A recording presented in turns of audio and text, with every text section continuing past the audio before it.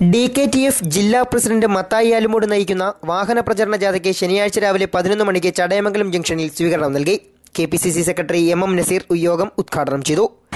മാറ്റങ്ങൾ രാജ്യത്ത് കൊണ്ടുവന്നിരിക്കുന്നതാണ്.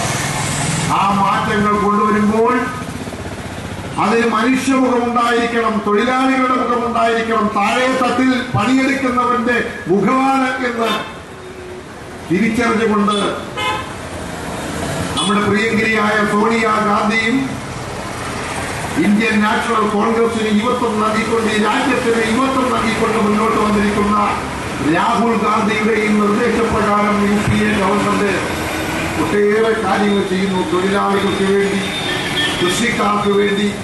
DKTF block കമ്മിറ്റിയുടെ ആഭിമുഖ്യത്തിലാണ് സ്വീകരണം നൽകിയത്. ബ്ലോക്ക് പ്രസിഡന്റ് ദിലീപ് അധ്യക്ഷത വഹിച്ചു. മണ്ഡലം president TS Manjesh Kumar, വടക്കേതിൽ Nasar, VO Sajan, Poredam Sudheer, S Bijukumar, Ansar Poredam എന്നിവർ സംസാരിച്ചു. കർഷക തൊഴിലാളികളുടെ മുടങ്ങിക്കിടക്കുന്ന അധിവർഷ ആനുകൂല്യം, വിവാഹ ധനസഹായം തുടങ്ങിയവ അനുവദിക്കണമെന്നും കർഷക തൊഴിലാളി പെൻഷൻ 1000 രൂപയായി വർദ്ധിപ്പിക്കണമെന്നും ആവശ്യപ്പെട്ടാണ് ജാഥ സംഘടിപ്പിച്ചിട്ടുള്ളത്. വാഹന പ്രചരണ ജാഥ ഓച്ചിറയിൽ KPCC സെക്രട്ടറി ശൂരനാട് രാജശേഖരനാണ് ഉദ്ഘാടനം ചെയ്തത്. 23 വൈകിട്ട് പുനലൂരിൽ ചേരുന്ന ജാഥയുടെ സമാപന യോഗം DCC പ്രസിഡന്റ് പ്രതാപവർമ്മ തമ്പാൻ ഉദ്ഘാടനം ചെയ്യും.